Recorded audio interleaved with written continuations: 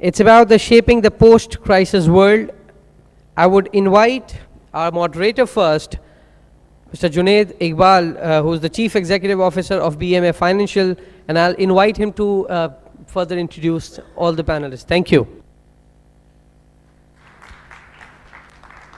Assalamu alaikum. On behalf of TerraBiz and MAP, I'd like to once again welcome everyone here. It's been a great, it's been a very inspiring session, especially the last talk, which taught us how to look inside, and that wonderful clip from Any Given Sunday. Without further ado, I'd like to introduce the next session. It's called Shaping the Post-Crisis World. What we intend to achieve, the learning that we intend to achieve out of this session is very simple. What happened in the recession? What were some of the immediate steps taken by some of the prominent companies that we'd be talking to? And what structural and what key changes have they made in their organizations to prepare themselves for the challenges ahead? And we have a very interesting panel and a very diverse panel. We've got a chemicals giant, and that will enable us to learn about the impact that it has from the industry. We've got a developer, one of the top developers in the world. We've got a wholesale producer. We've got a company that packages fast-moving consumer goods. And of course, the mother of all questions that we're going to try to answer today, financial services. So I'm going to make my way up on stage, and I'd like to invite all the panelists. Begin with Mr. Waqar Malik, Chief Executive for ICI. Mr. Atif Bajwa, President and CEO of MCB Bank. Mr. Dia Malaib, President of MR Pakistan. Sure. I'm going to step in the middle. Mr. Jamal Mustafa, Managing Director for Macro. And Mr. Azhar Ali Syed, Managing Director for Tetra Pak.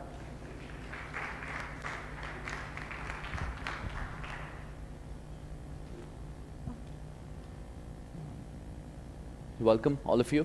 And I think without further ado, I've already introduced the basic concept of what we will discuss, what happened in the recession, secondly, what were the immediate steps we took, and what we'd like to spend more time upon is the third question, which is our key learning motive for today, is how did we shape our companies post-recession.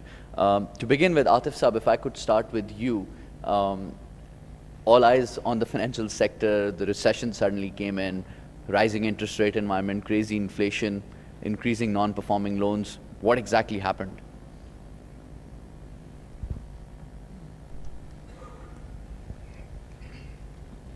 First of all, thank you very much, and Assalamu alaikum to everybody. What really happened, I think we all know what happened. This global crisis that started not here in Pakistan really expanded very quickly to encompass our own business environment. But of course, I'd like to believe that this is not all coming from offshore. We've had issues of our own making that have caused a large chunk of our current problems. Essentially,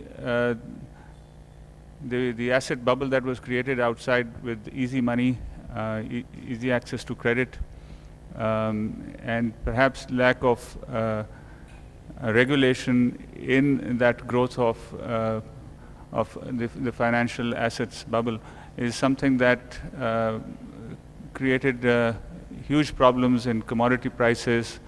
It created issues around the financial sector feeling much more comfortable in an environment which it shouldn't have. I think, though, that in Pakistan, the financial sector was much better positioned to deal with this crisis. And I think the credit for that should be given to the State Bank of Pakistan and its regulations over the last decade or so, which have been quite tight and have ensured that banks are properly capitalized, that they do not take any undue risks in terms of asset creation. And that has held us in good stead when the crisis was spreading across the world, it really didn't affect our banking sector to the same extent in the same manner. Of course, our assets, which were really limited to our own local and private and public sector companies, did get affected because of their problems that we saw. Our customers, of course, affect us as well. And you mentioned the issue of non-performing loans, but those were contained to a large extent. The capitalization of banks and the liquidity situation of banks, by and large, was strong enough to be able to deal with these situations quite well. So I think as a banking sector, we have done much better than most other countries, and we are positioned to come out of this supporting the industry as things start getting better in the economy. Mr. Malik, obviously ICI is a very large chemicals giant which feeds into a lot of the major industries. What were the first signs that you saw when the recession started coming in, and how did it hit you?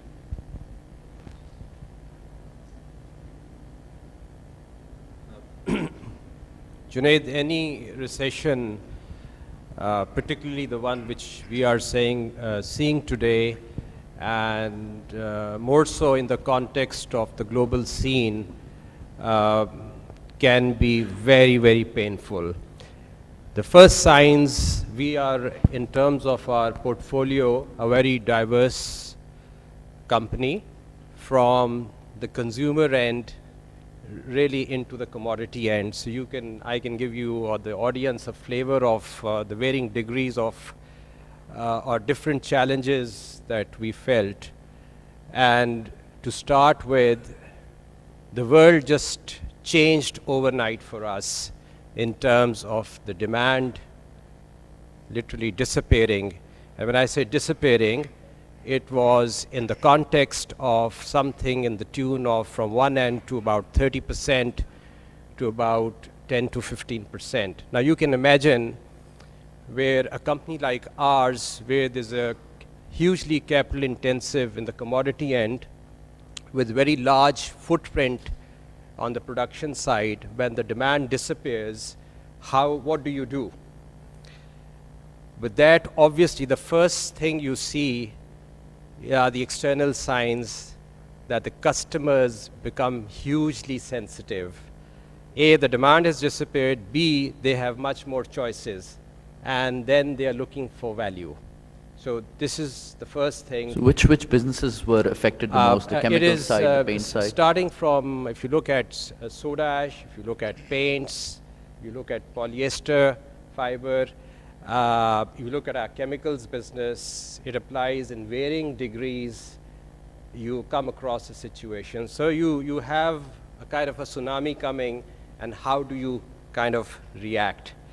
Along with that, obviously, you have pressure on the margins in addition to volumes. So those are the ones which, in a company like us, were the biggest challenges.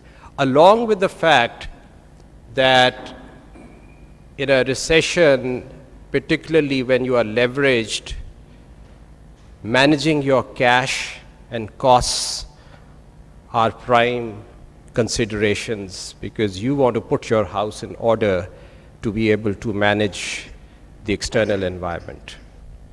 Azhar Saab, now obviously Tetra Pak feeds into some of the consumer goods, be it milk, be it juices. What happens during recession? Do people convert or revert to regular milk and they don't go for packaged milk, or are people not drinking as much Nestle juices as they would normally do? What happens in a recession to your business? Well, there are a number of things happened. For our industry, I think effect started even earlier than this recession, because already in 2007, the powder milk price